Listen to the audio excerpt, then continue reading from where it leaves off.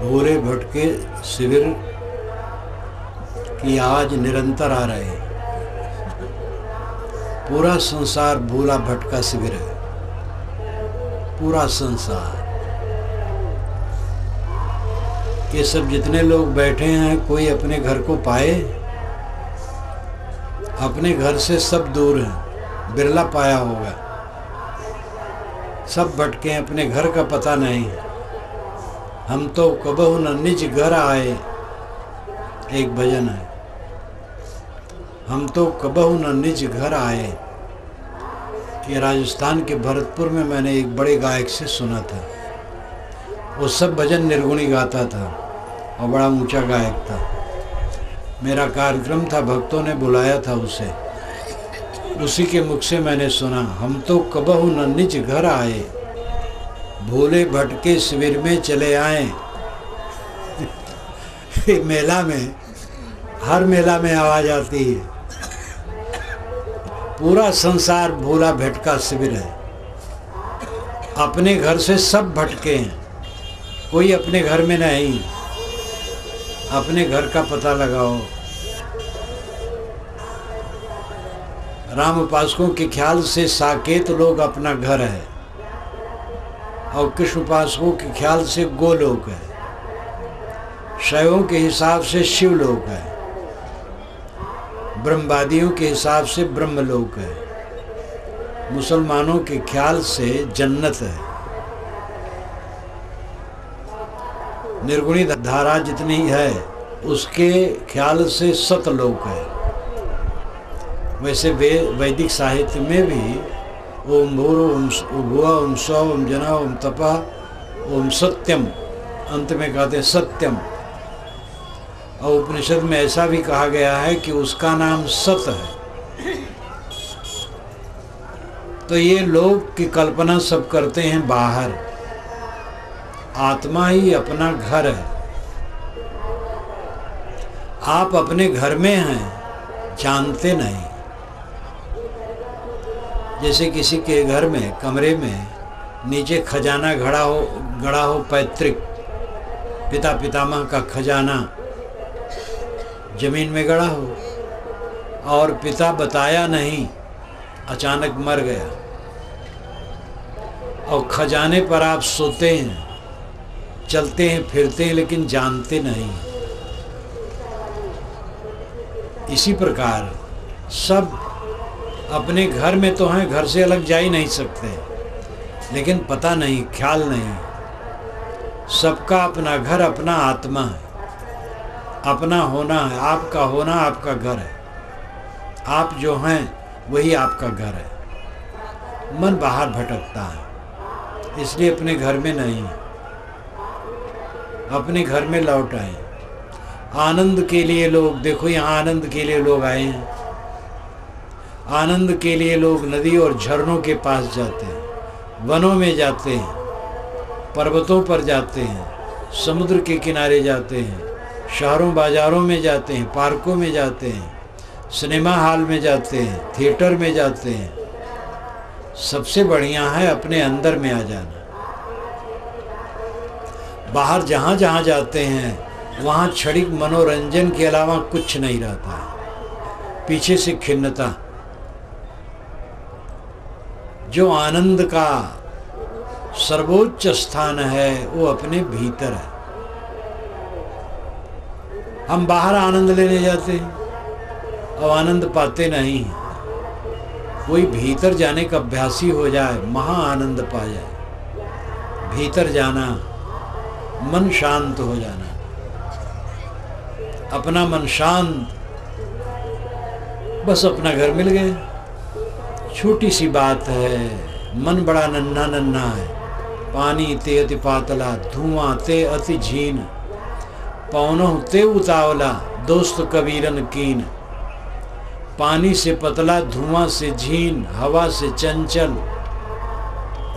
मन बहुत सूक्ष्म, बहुत छोटा छोटा है, और वही शांत हो जाए, बस अपने घर में पहुंच गए। और वो शांत नहीं हुआ तो बाहर भटकते हैं, सदा भटक रहे हैं। बड़े बड़े ज्ञानी भटक रहे हैं, बड़े बड़े विद्वान भटक रहे हैं, और धनी नेता इत्यादि तो भटकी रहे हैं। जब ज्ञानी और विद्वान भटक रहे हैं तब और की क्या कहा जाए।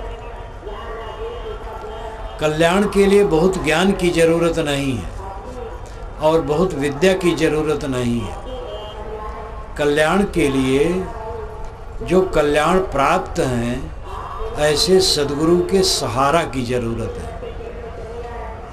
जो कल्याण प्राप्त हैं, आत्म तृप्त हैं, आत्म संतुष्ट हैं, ऐसे गुरु का आधार चाहिए। उनसे राय ले, उनसे समझे और फिर अपने मन को मारे। अपने मन को मारना बड़ा कठिन है। अगर कोई कुछ कह दे तो मन फनफना करके खड़ा हो जाता है। सांप सब क्रोधी होते हैं, लेकिन जो जितना जहरीला होता है उतना अधिक क्रोधी होता है। गोहन सांप तो एकदम आहट पाती फनफना के फंड काट देता है।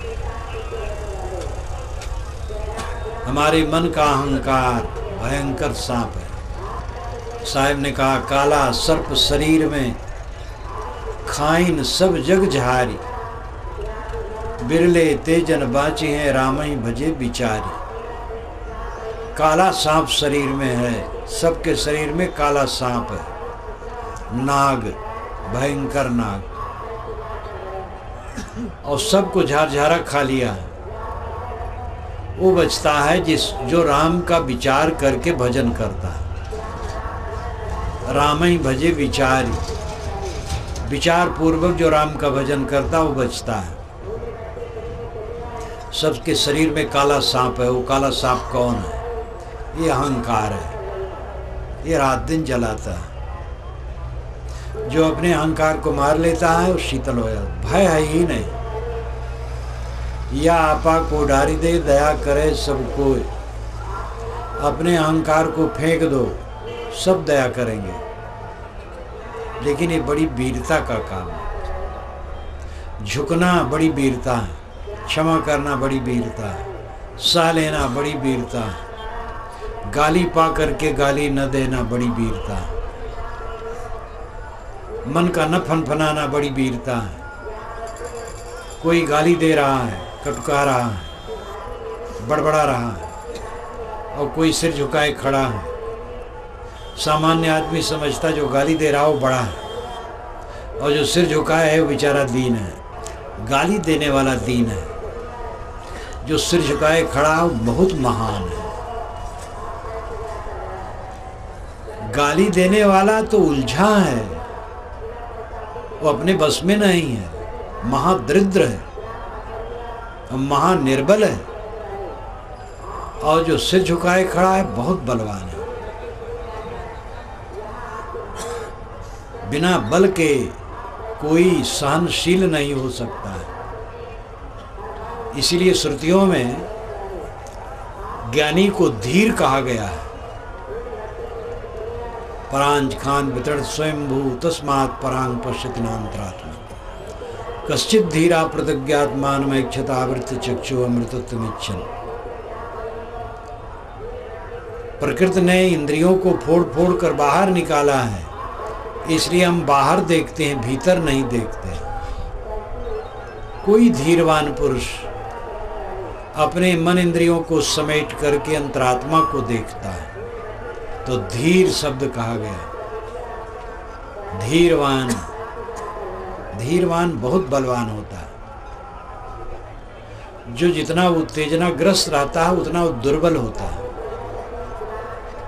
और जीवन भर उसकी दुर्बलता नहीं छूटती। उस दुर्बलता का परिणाम उसे क्लेश होता है, पश्चाताप होता है, चिड़चिड़ापन, उत्तेजित, उद्वेगित, अशांत, स्वयं अपने में अप्रिय, दूसरे के लिए भी अप्रिय।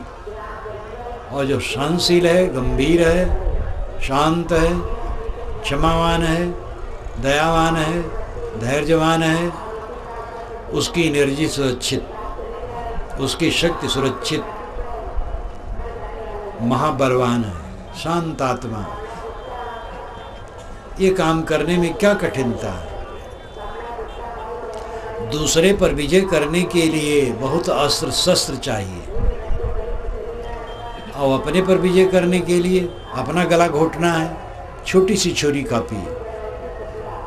और दूसरे को बस में करने के लिए तो आजकल एटम बम अड़बम चाहिए। अपने लिए बस छोटी छुरी, गला घोट दे, बस खत्म। ये उदाहरण हुआ। दूसरे को जीतने के लिए बड़ी स्वतंत्रता है। एक छोटे बच्चे को जीत पाना मुश्किल है, वो नहीं मानेगा, आप परेशान रहें। अकबर बीरबल की कहानी में कई कहानियाँ जुड़ी हैं। ये भी बहुत प्रसिद्ध कहानी है। बीरबल अकबर के दरबार में देरी से गए। अकबर ने कहा तुम बहुत देरी करते हो और कार्यक्रम में देरी हो जाती है। कि हुजूर, बच्चे की माँ ने कहा कि बच्चे को संभाल दो, बच्चा मानता नहीं था इसलिए देरी हो गई। कि बच्चे को संभालने में क्या देरी है, बच्चा तो साथ संभल सकता है। कहे राजन, मैं मानो बच्चा हो गया, आप मुझे संभालिए। कहे क्या चाहते हो? तो बीरबल हुन्न हुन्न करने लगे बच्चे का तरीका। तो अकबर ने कहा क्या चाहते हो? कहे हाथी। कह ले भाई हाथी, हाथी तो हजारों हैं। एक हाथी ला सामने खड़ा कर दिया गया। फिर हुन्न हुन्न करने लगे। कहे आप क्या चाहते हो? कहे भुरकी, कुज्जड़। तो भुरकी क्या कमी है, लाओ भुरकी रख दो। भुरकी छोटा सा मिट्टी का पात्र। फिर रोने लगे, हुन हुन करने लगे। कहे आप क्या चाहते हो? कहे इस हाथी को इस भुरकी में बैठा दो। कहे ये तो नहीं होगा। तब कहता आप कैसे कहते थे कि बच्चे को संभालना बड़ा सरल है?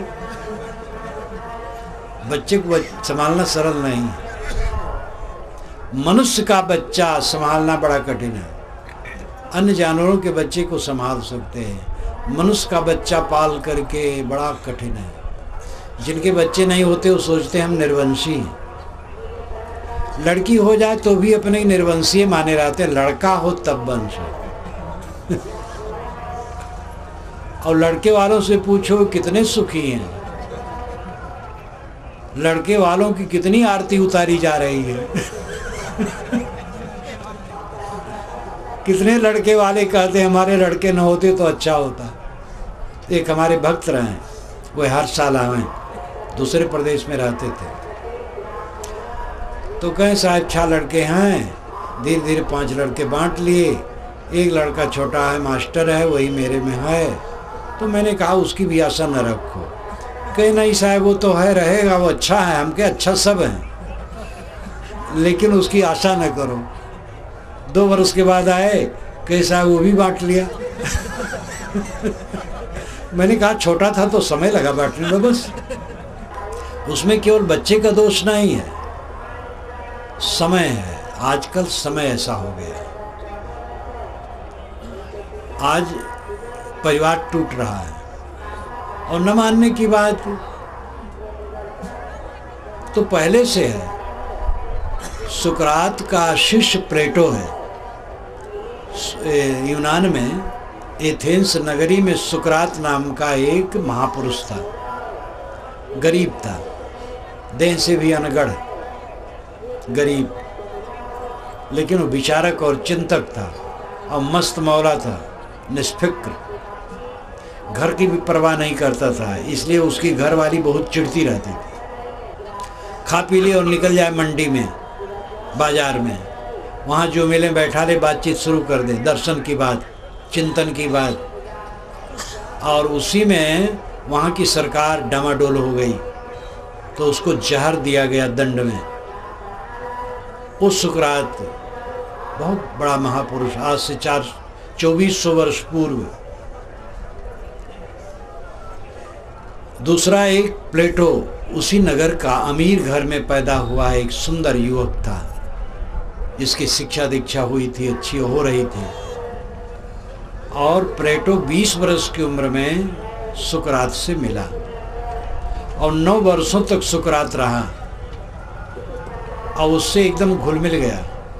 और ऐसा घुल मिल गया कि सुकरात उसके जीवन में हो गया। वो अपना जीवन सुकरात से अलग नहीं मानता था। वो एक गरीब घर का व्यक्ति, लेकिन मस्त मौला गृहस्थ संत था, गृहस्थी में रहते हुए संत था। प्लेटो 20 वर्ष की उम्र में मिला, 9 वर्षों तक साथ रहा और 9 वर्ष जब बीते तब सुकरात को विष दिया गया। उसके पश्चात उसने संवाद रूप में पुस्तकें लिखी और सुकरात के मुख से सब कहलवाया। जो कुछ उसे कहलाना था सुकरात के मुख से कहलवाया। प्लेटो बहुत बड़ा बुद्धिमान, अनेक दार्शनिक चिंतक और विद्वानों ने प्लेटो की बड़ी प्रशंसा की है। प्लेटो जैसा विद्वान न हुआ है न होगा, प्लेटो जैसा बुद्धिमान न हुआ है न होगा, अनेक विद्वानों ने प्रशंसा की है। उस प्लेटो ने लिखा है कि आजकल लड़के अपने माता पिता की बात नहीं मानते हैं और स्त्रियां अपने पतियों की बात नहीं मानती हैं। यह आज से 2400 वर्ष पहले की बात है। सब समय में जो बुराइयां होती हैं वो सामने रहती हैं और अच्छाइयां दबी रहती हैं, और बीत जाने पर अच्छाइयों का गुणानुवाद होता, बुराइयां भूल जाती हैं और वर्तमान की बुराइयां उभरी रहती हैं। ये स्वभाव है मनुष्य का। लोग कहते हैं आज असत्य का बोलबाला है, आज भी सत्यवादी ज़्यादा हैं, झूठ वाले कम हैं। पराई स्त्री पर कुदृष्टि करने वाले कम हैं। आपके गांव में कोई ऐसा होगा जो परस्त्री से मोह करता होगा, बाकी सब के सब परहेजगार हैं। अच्छे लोग ज़्यादा हैं, बुरे लोग कम हैं। समय के लिहाज से आज परिवार टूट रहा है। पढ़ाई लिखाई बढ़ी, शिक्षा बढ़ी और लोग दूर दूर चले गए, लड़के अफसर हो गए, माता पिता घर में बैठे हैं, वो दूर हैं, और घर में भी हैं तो पत्नी भी पढ़ी लिखी है, पत्नी बाहर से आई है, उसका मिजाज दूसरे ढंग का है, पति के साथ रहना चाहती है, सास ससुर के साथ नहीं, देवर जेठ के साथ नहीं, देवरान जेठान का बोझा नहीं लेना चाहती है। तो पढ़ाई लिखाई में गुण है और दोष है, दोनों है। तो इस प्रकार आज के ज़माने में परिवार टूट रहा है। पहले परिवार का जो संगठन था वो टूट रहा हो तो पक्का है, और जितनी सभ्यता बढ़ेगी, शिक्षा बढ़ेगी, परिवार टूटेगा। लेकिन अपने ढंग से अच्छे लोग सब समय रहेंगे। जीवन की सफलता परिवार में नहीं है। कितना लंबा परिवार है, और बहुत जीने में भी नहीं है। जो बहुत दिन जीने की इच्छा होती, बहुत दिन जी करके क्या करेंगे? जितना जिए सुख से जिए, शांति से जिए। मैं तो कुत्तों को देखता हूँ, धूल में पड़े, आंख मूंदे, चारों पैर फैलाए सो रहे, न गद्दा, न गलीचा, न मच्छरदानी, न कुछ, मस्त। और पक्षी पेड़ पर, कुत्ते तो कहीं घर भर में घुस लेते हैं, और पक्षी पेड़ पर, छोटे छोटे पक्षी, और ना उनको ठंडी न गर्मी। इस ठंडी में भी पक्षी सुबह उठ करके चहचहाने लगते हैं, और कोई पक्षी खांसता नहीं। हम लोग गद्दे रजाई के बीच में घर के अंदर हैं और कई लोग खांसेंगे उठ करके। पक्षी पेड़ पर हैं, पर्दा भी नहीं है कुछ, कोई पक्षी खांसता नहीं है। कैसा अद्भुत है। प्राकृतिक जीवन अन्य प्राणियों का ज़्यादा सुलभ है। आदमी ज़्यादा जटिल है, लेकिन आदमी ही समझ सकता है। अपने घर का पता लगाओ। अपने घर का पता लगेगा जब ध्यान करोगे, और ध्यान करते करते जब एकाग्र हो जाओगे, और एकाग्र होके जब संकल्प शून्य हो जाओगे, तो अपने घर में पहुंच जाओगे। ध्यान, एकाग्रता और संकल्प शून्यता। ध्यान करना चाहिए। ध्यान का अर्थ है, वैसे ध्यान का अर्थ है ध्यानम निर्विषयम मनः, मन का निर्विषय हो जाना ध्यान है। विषय कहते पदार्थ को। जब मन में कोई पदार्थ न रहे तो ध्यान है, और स्मरण रहेगा तो पदार्थ रहेगा। जब कुछ स्मरण नहीं तो कोई पदार्थ नहीं। तो ये तो अंतिम ऊंचा है। पहला ध्यान है अपने मन को एक पवित्र आधार में लगाओ।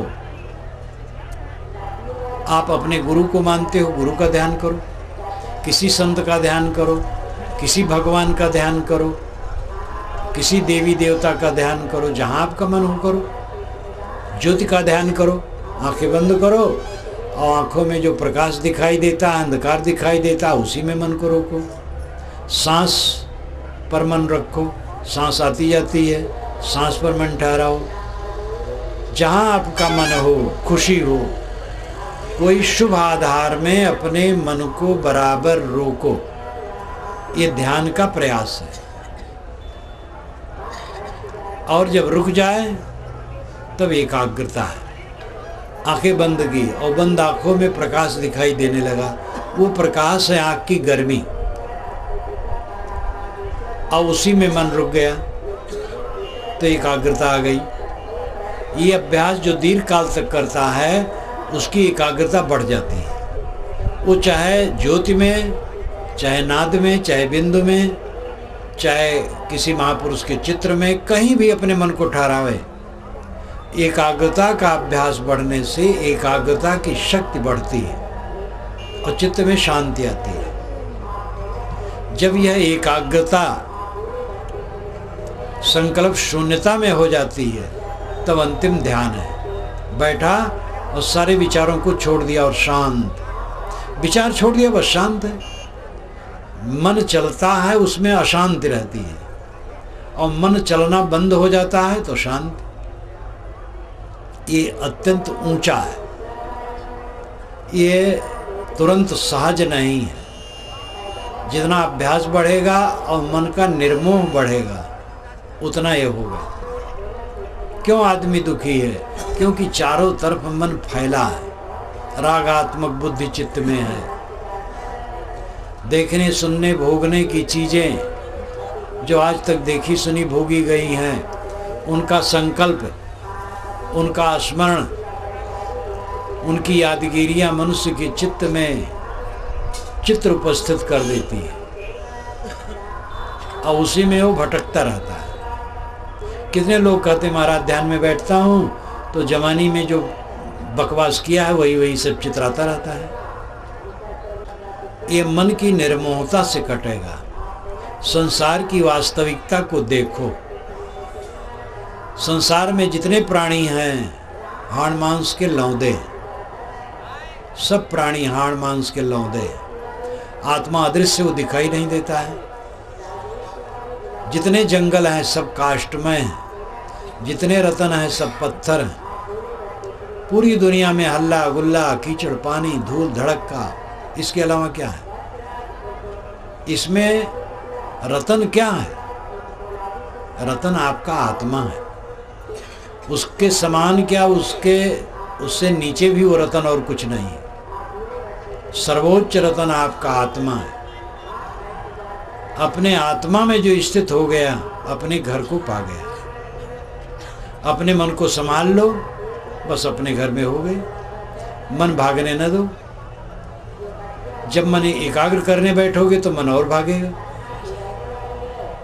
ये लोग बताते हैं महाराज जब बैठता हूँ तब मन और भागता है, काम करता हूँ तो उतना नहीं भागता है, और जब एकाग्र करने बैठता हूँ तो बहुत भागता है। तो कारण है ना कि काम जब करते हैं तो क्रिया रहती, क्रिया का वेग, इसलिए मन नहीं भागता है।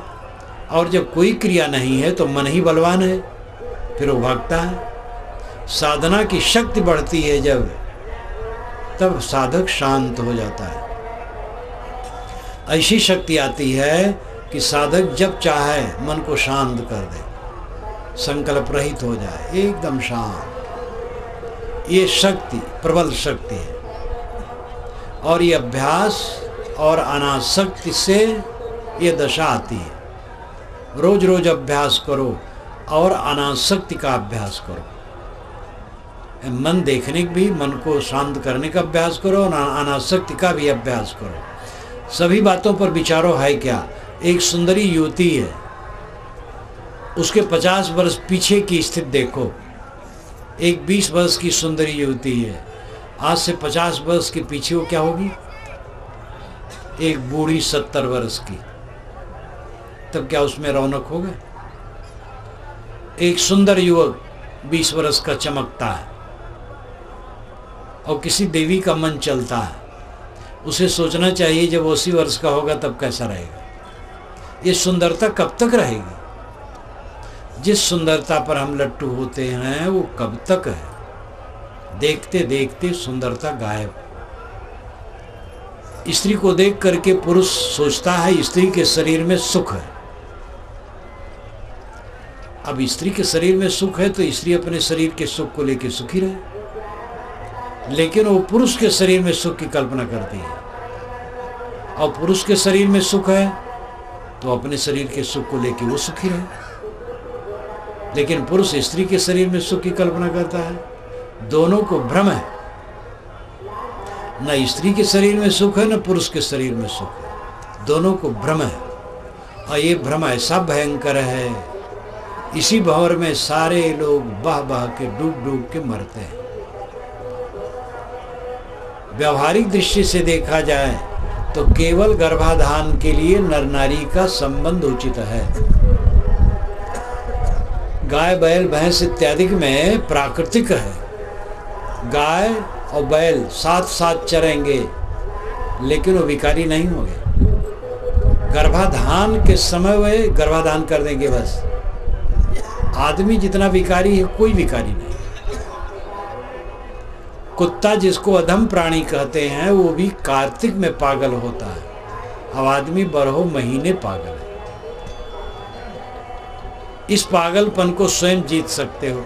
कुत्ता कार्तिक में संयमी नहीं हो सकता है, लेकिन आदमी जीवन भर के लिए संयमी हो सकता है, क्योंकि कुत्ता का जीवन प्राकृतिक है, प्रकृति से वो बंधा है। कार्तिक के समय वो व्याकुल होता है और बाकी समय शांत। और मनुष्य में विचार है, जब उसका विचार गंदा होगा तो व्याकुल होगा, और विचार ठीक होगा व्याकुल नहीं होगा। एक आदमी शांत बैठा है, सुखी है, उसके मन में स्त्री कल्पना हुई और उस कल्पना को नहीं छोड़ा तो व्याकुल हो गया। अब स्त्री चाहिए, पुरुष स्त्री है तो पुरुष चाहिए, और ये सुलभ नहीं हर समय, तो मन मार के रहना पड़ेगा। अगर मिल जाए तो उत्तेजना बढ़ेगी, मलिनता बढ़ेगी, पछतावा होगा, फिर फायदा क्या हुआ, सुखी कहाँ हुई। जिसमें दूसरे की ज़रूरत है, जिसमें उत्तेजना है, जिसमें मलिनता है, जिसमें पछतावा है, और जिसमें फिर वासना बन करके उद्वेग और खिंचाव है, वो सुख कहाँ हुआ। सुख है वह कि जिसमें दूसरे की ज़रूरत ही ना हो, किसी की आवश्यकता ना हो, स्वयं पर निर्भर हो, वो सुख सुख है। पदार्थ जनित सुख सब ऐसे है, आत्मजनित सुख स्थिर सुख है। किसी पदार्थ से हमें सुख है तो पदार्थ मिला तो सुख है, नहीं तो दुख है। और आत्मजनित सुख, आत्मा सब समय हमारे साथ है। जो आत्मा में संतुष्ट है उसको कोई परेशानी नहीं है। और जो पदार्थों में संतोष मानेगा तो पदार्थ हैं तो सुख है, नहीं तो फिर दुख है। और पदार्थ हैं तो सुख क्या है। किसी पदार्थ के लिए जो आकर्षण होता है तत्काल होता है, मिल जाने के बाद उदासीनता होती है। ये सभी लोग समझ सकते हैं। जिस विषय के लिए हमारे मन में आकर्षण होता है और वो मिल जाता है, मिल जाने के बाद फिर असंतोष होता है। बाहर ऐसा आधार ही नहीं है जिसमें स्थिर संतोष हो। एक बच्चा है, पढ़ता है, पढ़ते पढ़ते डिग्रियां बटोरता है, फिर नौकरी करता है, पैसा कमाता है, लेकिन असंतोष बढ़ता जाता है। विवाह करता है तब भी तृप्त नहीं, बच्चा पैदा हुआ तब भी तृप्त नहीं। वो देखता है कि हमारी तृप्ति आगे भागती चली जाती है, हमारा सुख भागता चला जाता है, सदैव सुख की दूरी बनी रहती है। जवान लोग इसको नहीं समझ पाते, बूढ़े समझ सकते हैं। जवान लोग अभी शुरुआत है उनके जीवन की, तो सोचते आज नहीं मिला तो कल मिल जाएगा। ये बूढ़ों से पूछ ले कि बाबा आपको कितना सुख मिला, और बूढ़े ईमानदारी से बतावें तो बच्चे समझ सकते हैं। लेकिन मालूम होता बूढ़ों को जवानों से ईर्ष्या है। ये सोचते होंगे हमें कोई नहीं बताया, हम इनको क्यों बताएं, ये भी बच्चा हो गए। इसलिए बूढ़े लोग बता नहीं रहे जवानों को।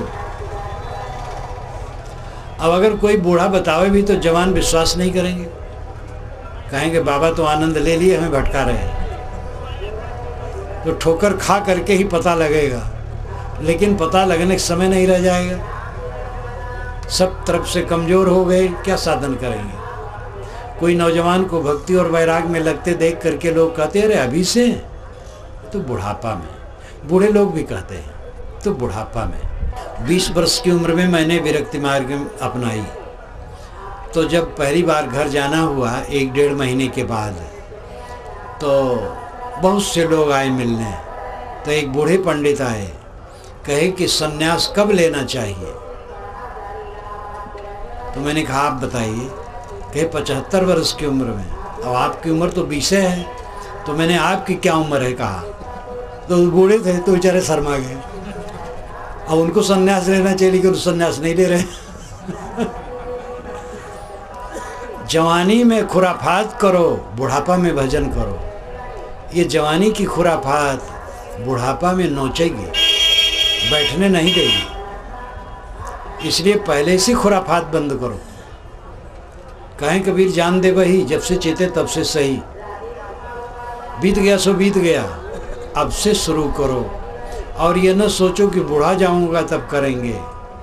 कई हमारे एक मित्र थे जिनकी उम्र ज़्यादा थी, तो उनकी माँ थी, वह अविवाहित थे। तो कहें कि बस ये माँ मर जाए बस आपके पास आ जाऊंगा। जब मैं 12 वर्ष का था तो वे 36 वर्ष के थे। इतना अंतर था। और इसी प्रकार अंतर बना रहा। कई वर्षों तक उनकी बूढ़ी माता रही। जब माता मर गई तब ये कहना बंद कर दिए, क्योंकि अब तो मरी गई, अब तो आ जाना चाहिए मेरे पास। तब मिले तो चुप रहे। फिर वो 100 वर्ष तक जिए लंबा, लेकिन हमारे पास नहीं आ सके। जो कल करना चाहता है वो कर पाएगा। एक 20 वर्ष का नौजवान अध्यापक मुझसे कहा कि मैं 1980 में आपके पास आ जाऊंगा। 77 में उसने कहा था। बड़ा जेंटल, बड़ा कोमल, बड़ा सुंदर अध्यापक हो गया था। 20 वर्ष की उम्र थी, 20-22 की। तो मैं 80 में आपके पास आ जाऊंगा 3 वर्ष के बाद। मैंने कहा बेटा जहाँ हो तहाँ रहो। कह नहीं तो पक्का समझ लीजिए। 81 में मेरा एक कार्यक्रम था, साप्ताहिक कार्यक्रम, उसमें वो आया। मैंने कहा कुशल मंगल, तो वो लजाने लगा। जब कुशल पूछूं तब लजाए। मैं समझ नहीं पाऊँ क्या मामला है। जैसे कुशल पूछूं तैसे मुँह नीचे कर ले। 3 दिन बीते। चौथे दिन जब प्रवचन करके शाम को मैं निकला तो अकेले चला गया जंगल की तरफ। वहाँ जंगल रहा एकांत बैठने के लिए। तो गया, कुछ अधियार हो गया था और बैठा नहीं, थोड़ा घूमने लगा। अकेला था। वो लड़का खोजते खोजते मुझे वहाँ पहुँच गया और दौड़ करके मेरे कमर को पकड़ करके जोर से रोने लगा। मैंने कहा बेटा क्यों रोता है। कहे साहब शादी हो गई। मैंने कहा बहुत अच्छा हुआ। चेला था, चेली भी मुझे मिल गई। उसको संतोष दिया। मैं किसी को हताश नहीं करता हूँ। मैंने कहा बहुत बढ़िया है, अब मेरे डबल चेले हो गए। पेट ठोका। दुर्भाग्य इस वर्ष सुनता हूँ एक्सीडेंट में मर गया। अब तो बूढ़ा जैसा हो गया था, 50 से तो ऊपर रहा ही होगा। कल कहीं होता है। साहब की साखी है, काल करे सो आज कर, आज करे सो अब, पल में परले होएगा बहुर करेगा कब। काका हाथरसी ने इसके उल्टा कहा है। आज करे सो काल कर, काल करे सो परसों, जल्दी जल्दी क्या करे, जीना है बरसों। ये व्यंग है। ये भी वही उपदेश दे रहा है। अहंकारी लोग यही सोचते हैं अरे बरसों जीना है, तो ये भी उपदेश है। लेकिन साहब ने कहा काल करे सो आज कर, आज करे सो अब, पल में परले होएगा बहुर करेगा कब। जब हमारी आंखें खुलने का समय होगा तब हम कर नहीं पाएंगे, और जब कर पाने के समय में हैं तब आंखें खुल नहीं रही हैं। मरने का समय आएगा तब आंखें खुलेंगी। अब कुछ मेरा नहीं, तब करने का समय नहीं रहेगा। अभी करने का समय है तो होश हवास में नहीं है।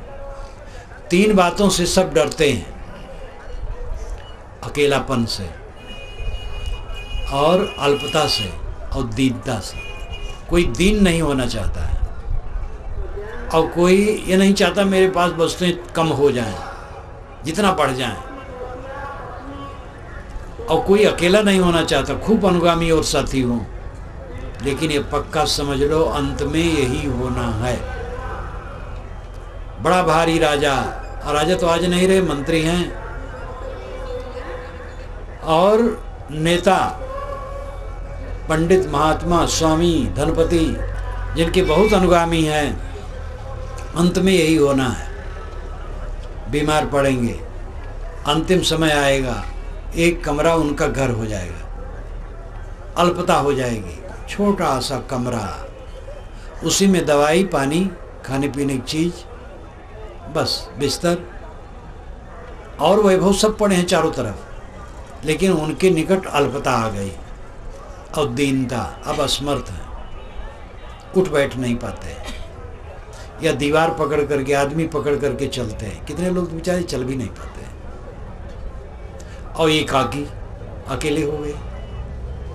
कहीं नौकर बैठा होगा कुछ देख रेख के लिए, या लड़का बैठा होगा, या कोई बैठा होगा। और कई बार तो कोई नहीं रहता है, जब पुकारते हैं तब आता है। एक बूढ़ा एक घर में था, तो घर वाले उसको ऊपर कर दिए, ऊपर तल्ले में, और कहे जब तुम्हें कुछ ज़रूरत हो तो घंटी बजाओ और तब फिर हम लोग काम पूरा कर देंगे। तो घंटी उसके पास रख दिए, जब कुछ ज़रूरत हो तो घंटी बजा दे, तो ये लोग जाए खाना पानी दे आए। एक दिन छोटा बच्चा ऊपर गया तो घंटी लेके चला आया।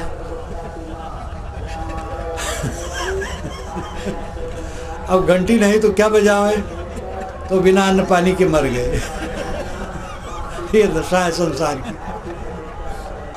अल्पता, एकाकीपन और दीनता, ये सबको इसमें प्रवेश करना है। यही है इस जीवन के आखिरी द्वार का हिस्सा। पहले जागने की जरूरत है। आज का जो समय है बहुत अच्छा है। हम लोग चलते फिरते, देखते, सुनते, सोचते, समझते, दौड़ते, अपना काम धंधा करते हैं। प्रकृति का वरदान तो अथाह मिला ही चारों तरफ से। संत गुरुजन निर्देश करने के लिए तैयार हैं, सदग्रंथ उपलब्ध हैं। अब ये सब को लेकर के अपना काम करें हम। अपना काम क्या है? मन की खुराफात को खत्म करना। अपने अहंकार, विकार, मनोविकार, इनको जलाओ, रत्ती रत्ती करके जलाओ। किसी को दोष न दो। प्राय दोष दिया जाता है, दूसरा ऑब्जेक्शन करता है, दूसरा हमारा अहित करता है, दूसरे ने इंसल्टी की, दूसरे ने तिरस्कार किया। ये सब समझदारी नहीं। दूसरा जैसा समझता है, जैसा स्वभाव है, जैसी योग्यता है, वैसा करता है। हमें क्या करना है? किसी दूसरे से हमारा नित्य संबंध नहीं है। जितने संबंधित लोग हैं बचपन से आज तक पता नहीं कितने कहाँ चले गए। आज वाले भी पता नहीं रहेगा। दिल में जो दिल बन के धड़के गए तो न देखा रहा जरा मुड़ के। जो दिल में दिल बन करके धड़कते थे वो गए तो मुड़ करके देख न सके। ये सब के सामने पति पत्नी का वियोग, पिता पुत्र का वियोग, गुरु शिष्य का वियोग, सबका वियोग होता है। किसी के साथ कोई नहीं है। इस वास्तविकता को समझना चाहिए। मेरा कोई नहीं है और कुछ नहीं है। कुछ है पदार्थ, कोई है व्यक्ति। मेरा कोई नहीं और कुछ नहीं, यही असलियत है। आप मेरे हैं, मैं आपका हूँ, ये व्यवहार है। और व्यवहार क्षणिक है। न मैं आपका हूँ न आप मेरे हैं, ये परमार्थ है। यही सच्चाई है। एक सज्जन सुने मेरी बात तो अपनी पत्नी से कहे, देखो साहब क्या कह रहे हैं, न तुम मेरी हो न मैं तुम्हारा हूँ। वो बेचारी कांप उठी। लोग सब पकड़े रहते हैं, सब मेरा मेरा मेरा मेरा। इसीलिए जब वियोग होता है तो हाय दैया, हाय बपवा, हाय बच्चवा, बस छाती कूट कूट के रोते हैं। अगर पहले से इस चीज़ को समझें तो छाती कूट के रोना न पड़े। प्रिय के वियोग में थोड़ा गमगीन हो जाना कोई बात नहीं, आंसू भी आ जाए कोई बात नहीं, लेकिन व्याकुल होना, पीड़ित होना, भोजन न पचना, न खा जाना, नींद न आना, बेचैनी रहना, कोई समझदारी है? जो मर गया वो लौटेगा, जो जीवित है वो स्वस्थ रहे और जीवित लोगों की सेवा करे, मरे की चिंता न करे। आजकल नंबर लगा है, बस आजकल में अपना भी नंबर पहुंच जाएगा, देरी नहीं है। अपने घर का पता लगाओ, अपना घर अपना आत्मा है। मैंने आपसे कहा था कि भोले भटके की आवाज़ बराबर आ रही है, भोला भटका। सारा संसार भोला भटका घर है, भोला भटका कैंप है। हम सब लोग सब अपने घर को भूल गए और भटक रहे हैं। संत गुरु जी हमें बताते हैं और सदैव गुरुजन बताते आए हैं कि घर अपने आप में है, अपने अंदर है। तस्यात्मायं लोकः, ये श्रुत वचन है। उसके लिए आत्मा ही अपना लोक है, आत्मा ही अपना घर है।